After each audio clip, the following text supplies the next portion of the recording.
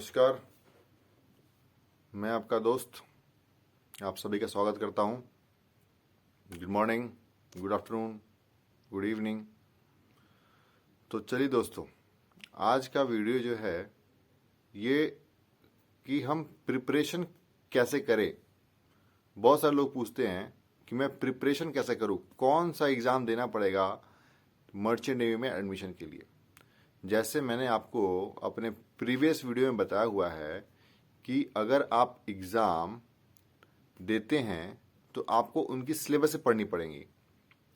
दूसरी बात और बहुत ज़रूरी बात, अगर आप 12th पास कर चुके हैं और आप अगर डीएनएस मतलब IMU CET का एग्ज़ाम दे रहे हैं, तब आपको जो सिलेबस है वो 12th के बेस पे होता है और आपके सिलेबस में पूछे गए सवालों में से मैथमेटिक्स, फिजिक्स, केमिस्ट्री और साथ ही साथ इंग्लिश के भी क्वेश्चंस आते हैं। जो आपका IMU CET का जो पैटर्न है वो आपका 200 नंबर का पेपर होता है। ये एक कंप्यूटर बेस्ड पेपर है, मतलब आपको कंप्यूटर पे बैठ के एग्ज़ाम देना पड़ेगा। आपने IMU CET का फॉर्म भरा, वो फॉर्म का जो फीस होता है IMU CET का, उसका फीस है 1000 रुपया, 1000 रुपीज़। 1000 रुपीज़ फीस के बाद आपके पास आपका एडमिट कार्ड आता है। अभी जो लास्ट टाइम अगस्त में एग्ज़ाम होना था IMU CET का, वो फ़िलहाल कैंसिल हो चुका है। अगर जो बच्चे नेक्स्ट टाइम एग्ज़ाम देना चाहते हैं या फॉर्म अभी तक नहीं भरे हैं IMU CET के लिए, उनके लिए जो सीट या जो एग्ज़ाम होने वाले हैं all India entrance level test, वो आपका दिसंबर या जनवरी में फिर से आपको IMU CET का सीट खुलेगा, मतलब एग्ज़ाम के फॉर्म्स निकलेंगे, आप उनको भर दें। अगर आप IMU CET से DNS करना चाहते हैं तब, और आपके 12th में परसेंटेज अच्छी है तो आप IMU CET करके DNS कर सकते हैं। तो आपको इसका मैंने फ़ीस बता दिया कि IMU CET के पेपर का जो फीस है वो 1000 रुपीज़ है, मतलब 1000 रुपये है। साथ ही साथ ये 200 नंबर का क्वेश्चन पेपर होता है और इसमें थोड़ी सी रीजनिंग भी होती है, फिजिक्स भी होती है, केमिस्ट्री भी होती है, मैथ्स भी होता है और थोड़ा इंग्लिश होता है। तो आपको इसकी तैयारी करनी पड़ेगी। दूसरी बात, अगर आप ये एग्ज़ाम अगर क्वालिफाई कर लेते हैं, ये एग्ज़ाम में जो नेगेटिव मार्किंग है, बहुत लोग पूछते हैं कि नेगेटिव मार्किंग है या नहीं है, तो मैं आपको बता दूं कि इस एग्ज़ाम में कोई भी नेगेटिव मार्किंग नहीं है।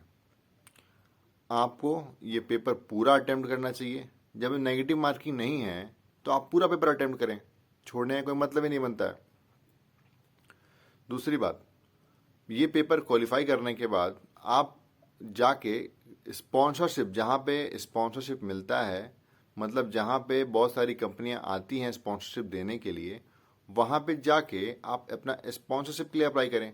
मतलब स्पॉन्सरशिप में क्या करना होता है आपको, बहुत लोग पूछते हैं स्पॉन्सरशिप में क्या करना होता है, मुझे कौन सा एग्ज़ाम दूँ।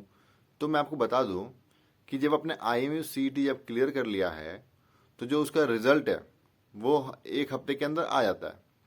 तो आप उस रिज़ल्ट को अपने साथ कैरी करें, एक उसका प्रिंट आउट ले लें, अपने साथ कैरी करें। और जब आप स्पॉन्सरशिप के लिए जाते हैं या मतलब कंपनी के इंटरव्यू के लिए जाते हैं, मैंने आपको बता चुका है कि पिछली वीडियो में कि कौन से अच्छी 10 कंपनियां हैं, कौन से अच्छे 10 कॉलेजेस हैं। अगर आप उनमें से किसी भी कॉलेज के इंटरव्यू में जाते हैं तो आप अपने रिज्यूम में, CV में या फिर जो आप फाइल या डॉक्यूमेंट्स कैरी करते हैं उसमें अपना रिजल्ट भी कैरी कर लें। और वहाँ पे पूछते क्या हैं, वहाँ पे बहुत ही ईजी पूछते हैं, क्योंकि आपको ज्वाइन करना है, अभी आपने कुछ ज्वाइन किया नहीं है, आप अभी फ्रेशर हैं उनके लिए, आप उनके लिए अभी ट्रेनिंग है। तो वो आपसे आपका नाम, आपका कहाँ रहते हैं, आपने 12th में क्या किया है, और थोड़ा मोड़ा सब्जेक्ट से पूछ लेंगे। फिजिक्स के बारे में बताइए, न्यूटन का लॉ क्या है, ग्रेविटेशन पुल की वैल्यू कितनी है। और आपसे पूछेंगे तो केमिस्ट्री में किसी चीज़ का क्या बोलते हैं, मॉलिक्यूल का नाम पूछ लेंगे आपसे। यही पूछेंगे आपसे। थोड़ा सा जी के पूछ लेंगे कि बताइए अभी नेवी में क्या क्या चल रहा है, आप मर्चेंट नेवी में क्या क्या जानते हैं, मर्चेंट नेवी में क्या क्या चीज़ें होती हैं, कौन से टाइप के जहाज होते हैं, कितने ये होते हैं, ऐसे ऐसे कुछ ये पूछ लेंगे आपसे। लेकिन वो बेसिकली आपसे फिजिक्स ही पूछते हैं। चलिए बताइए, अगर आप मर्चेंट जाना चाहते हैं तो जहाज तैरता क्यों है, डूबता क्यों नहीं है, तो इस टाइप का कुछ क्वेश्चन पूछते हैं आपसे। ये तो बात कर रहा हूं मैं सिर्फ IMU CET वाले के लिए, कि जब IMU CET वाले एग्जाम देने जाते हैं तब उनसे क्या क्या पूछा जाता है। मैंने अभी तक जो भी बताया है वो सब IMU CET के लिए बताया है। फिर अगर आप ये क्लियर कर लेते हैं तो आपका रिजल्ट के लिए वेट करना पड़ेगा कि आपने कंपनी में इंटरव्यू दिया है, तो वेट करना पड़ता है। अगर वो कंपनी अगर डिमांडिंग कंपनी होगी, मतलब हाई डिमांड में कंपनी होगी, फॉरेन कंपनी होगी, तो आपका साइकोमेट्रिक टेस्ट होता है। साइकोमेट्रिक टेस्ट में कुछ नहीं, ज़्यादा नहीं, 300 सवाल होते हैं। उसमें बस आपको पास होना होता है। वो बस चेक करते हैं कि आप कितना एक्टिव हैं, मतलब अगर कुछ होता है लाइफ में आपके साथ तो आप कितना जल्दी डिसीजन ले पाते हैं। आपका डिसीजन मेकिंग चेक करते हैं, साथ ही साथ थोड़ा सा आपका ब्रेन चेक करते हैं कि हाँ आप कितने फास्ट हैं, एक्यूरेट हैं, आप कितने मतलब स्टेबल हैं, मतलब आप अपनी बातों पे कितना खड़े उतरते हैं, ये चेक होता है आपका। उसको बोलते हैं साइकोमेट्रिक टेस्ट। तो ये हो गया। मैं शुरू से फिर से इसको बताता हूं। अगर आप 12th करके IMU CET देना चाहते हैं तो आप IMU CET दीजिए, फिर अपना स्पॉन्सरशिप लेटर लीजिए कंपनी में इंटरव्यू देके, उसके बाद आपका साइकोमेट्रिक टेस्ट होगा। आप अगर उसमें पास हो जाते हैं इन सब चीज़ों में तो आपको प्लेसमेंट मिल जाएगा, आपको कॉलेज मिल जाएगा। और कॉलेज 1 साल का होता है, 1 साल की पढ़ाई करिए, उसके बाद आपको जॉब मिल जाएगा जिस कंपनी से आप स्पॉन्सर हुए हैं।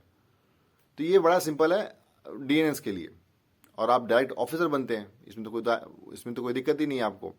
अब बात करते हैं उनकी जो GP रेटिंग कर चुके हैं। अगर आप GP रेटिंग के कैडेट हैं तो GP रेटिंग का कोई एग्जाम नहीं होता, जैसे इंडिया लेवल पे कोई एग्जाम नहीं होता। हर कॉलेज, जो भी कॉलेज होता है एफिलिएटेड कॉलेज है, जो भी कॉलेज भारत सरकार द्वारा मान्यता प्राप्त किया गया है, वो कॉलेज अपना एग्जाम कंडक्ट कराता है। हर कॉलेज का अलग अलग एग्जाम होता है, लेकिन वो सवाल GP रेटिंग जो होता है वो 10th बेसिस पे होता है। तो जब वो 10th बेसिस पे होता है तो आपसे सवाल भी तो 10th पे पूछेगा ना। आपसे क्या पूछेगा, थोड़ा सा साइंस पूछ लेगा। आपका तो साइंस 10th लेवल पे साइंस होता है, वो तो मिक्स साइंस होता है, उसमें ना फिजिक्स होता है, ना केमिस्ट्री, ना मैथ्स, वो तो मिक्सअप होता है। तो आपसे मिक्सअप साइंस पूछ लेगा कि हाँ फिजिक्स में न्यूटन का लॉ क्या होता है, क्योंकि आप 8th में न्यूटन लॉ पढ़ते हैं। और भी ग्रेविटेशन पुल क्या होता है, फ्रिक्शन क्या होता है, फोर्स क्या होता है, एक्सेलरेशन क्या होता है, ये ऐसे छोटे छोटे क्वेश्चन पूछ लेगा आपको। उनकी वैल्यू पूछ लेगी, उनकी SI यूनिट पूछ लेगा। तो 10th लेवल पे इतना ही कुछ होता है। तो ये सब चीज़ आपसे पूछी जाएंगी। और हर इंस्टीट्यूट का, मतलब जो भी कॉलेज एग्जाम लेता है, तो हर कॉलेज का अलग अलग फंडा है, उनका अलग अलग पेपर होता है। तो कोई एक पेपर एक कॉलेज का नहीं हो सकता है। अब आपकी GP रेटिंग की बात की जाए तो GP रेटिंग में जो क्या होता है, जब आप GP रेटिंग करते हैं तो वो 6 महीने का ही कोर्स होता है। उसमें क्या होता है, आपको स्पॉन्सरशिप, आप एग्जाम दिए, आपने 10th लेवल पे कॉलेज का एग्जाम दिया, आप पास हो गए तो फिर आपको स्पॉन्सरशिप के लिए जाना पड़ेगा। आपको स्पॉन्सरशिप के लिए कंपनी आएंगी, फिर आप कंपनी में इंटरव्यू देंगे। कंपनी में इंटरव्यू दे दिया, आप सेलेक्ट हो गए, तो फिर आपको कॉलेज में वो कंपनी आपको बताएगी कि आपको कौन से कॉलेज में आके आपको अपना ट्रेनिंग कंप्लीट करना है। तो आपने ट्रेनिंग कर लिया, तो 6 महीने की ट्रेनिंग होती है आपकी, तो 6 महीने में आप ट्रेनिंग कर लेंगे।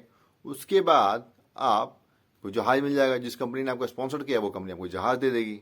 बहुत ही सिंपल है। अगर आपने IIT किया हुआ है, 10th कर लिया है, उसके बाद अगर आपने IIT किया है, या तो फिटर में किया है, या तो मैकेनिक में किया है, या तो फिर आपने इलेक्ट्रिकल में किया है। बता दूं कि अगर आपने IT फिटर, इलेक्ट्रिकल और मैकेनिक में किया है तो भी आप GP रेटिंग ज्वाइन कर सकते हैं। GP रेटिंग कर लीजिए, उसके बाद आप फिर वही जहाज मिलता रहेगा आपको।